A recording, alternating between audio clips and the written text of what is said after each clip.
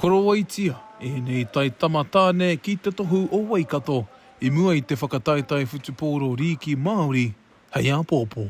Awhina I ngā tūpuna I a mātei, te mātaki I mātei, mehemea, te pai o tō mātei tākoro. Ko Keanu J. Hine Brown, tēnei o te tīma Tama tāne te kaumātoru tau heke iho o Waikato. He uri o ngāsi Tama te rā, me ngāsi hako, e ngā kaunui ana ia ki ngā mahi whutupōro riki.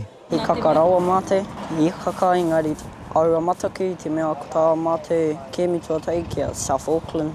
As the coaching staff, we're excited too. Preparation's gone well, so the boys are primed, they're ready, and yeah, we're just looking forward to getting out there. I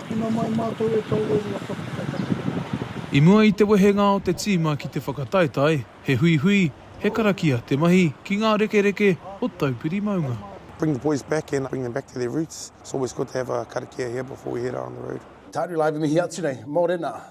Kei runga no atu, ngā pukenga o ngā tamariki nei, ka ore e kore, a rā te hua o ngā tamariki, ka whai wāhi atu ki nei whakataitai, ka eke ki ngā taumata tiki tiki o te auriki, ka ore kore ka pera I roto I ngā rangi whakatānei. Honeke atu I te kautau, a Pātara Berryman e tū ana hei reo o ngā kaupapa hākina kina Māori.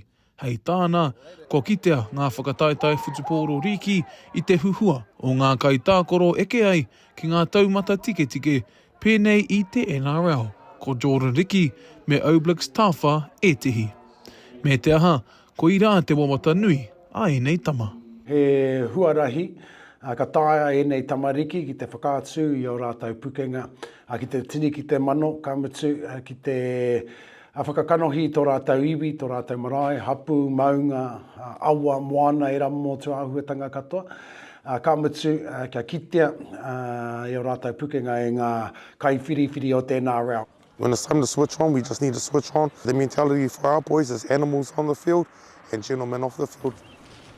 Me ri te koutou, E haere mai mātou ki te toa. E haere ana mātou ki te toa. Te ahua nei korite nei puru taitama, kia puta ki te papa whakataitai Māori. Te kaua pāora, Aukaha.